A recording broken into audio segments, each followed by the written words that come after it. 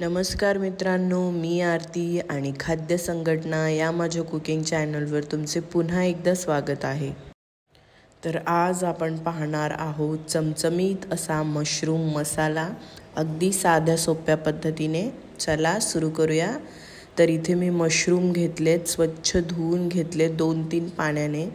तुम्ही पीठ लावून सुद्धा धुवून घेऊ शकता, म्हणजे त्याचं डस्ट सगळं निघून जाईल। अशा पद्धतीने आपल्याला ते कट करून घ्यायचं आहे। तर तवा ठेवलाय मी तापायला, त्यात तेल घालायचं आहे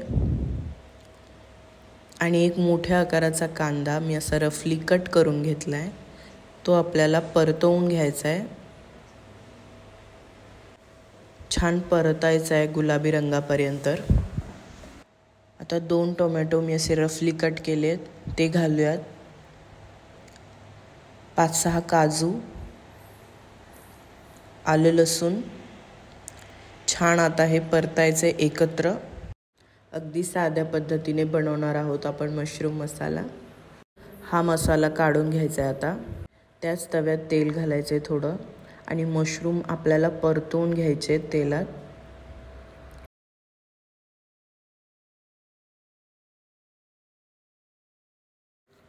परतलेले कांदा आणि टोमॅटो आपल्याला मिक्सरला वाटून घ्यायचे आहेत अशा पद्धतीने। कढई ठेवली आहे तापायला। कढई तापली की आता त्यात बटर घालायचे आपल्याला। बटरमध्ये बनवणार आहोत हा मशरूम मसाला। जिरं घालायचं आहे।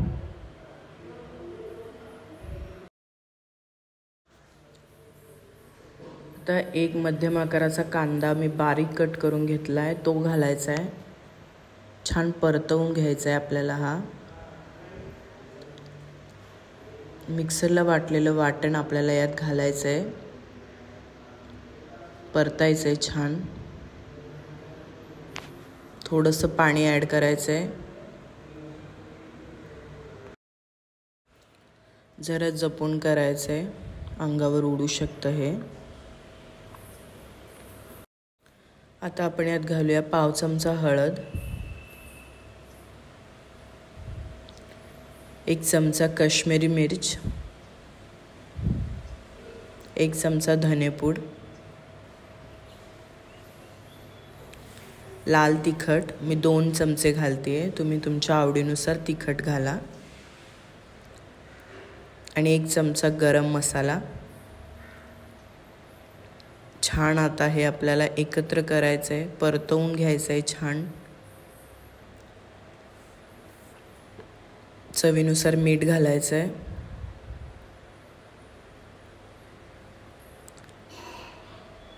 एकत्र करायचं आहे छान आणि 2 मिनिटात झाकण ठेवून आपल्याला हे वाफळून घ्यायचं आहे। ग्रेव्ही छान तयार आहे आपली। आता आपण यात मशरूम घालून घ्यायचे आहेत, छान एकत्र करायचं आहे।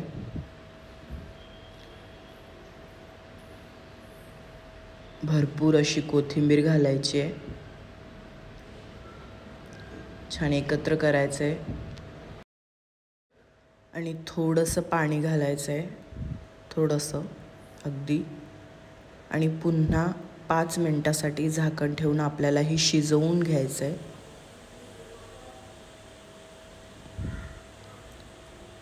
तर आपला हा मशरूम मसाला तयार आहे अगदी साध्या सोप्या पद्धतीने। तुम्हाला ही रेसिपी कशी वाटली मला नक्की सांगा, आणि जर माझ्या चॅनलवर नवीन असाल तर प्लीज माझ्या चॅनलला सबस्क्राईब करा, लाईक करा, शेअर करा, कमेंट करा। भेटूया अशाच नवीन रेसिपीसोबत। Bye bye.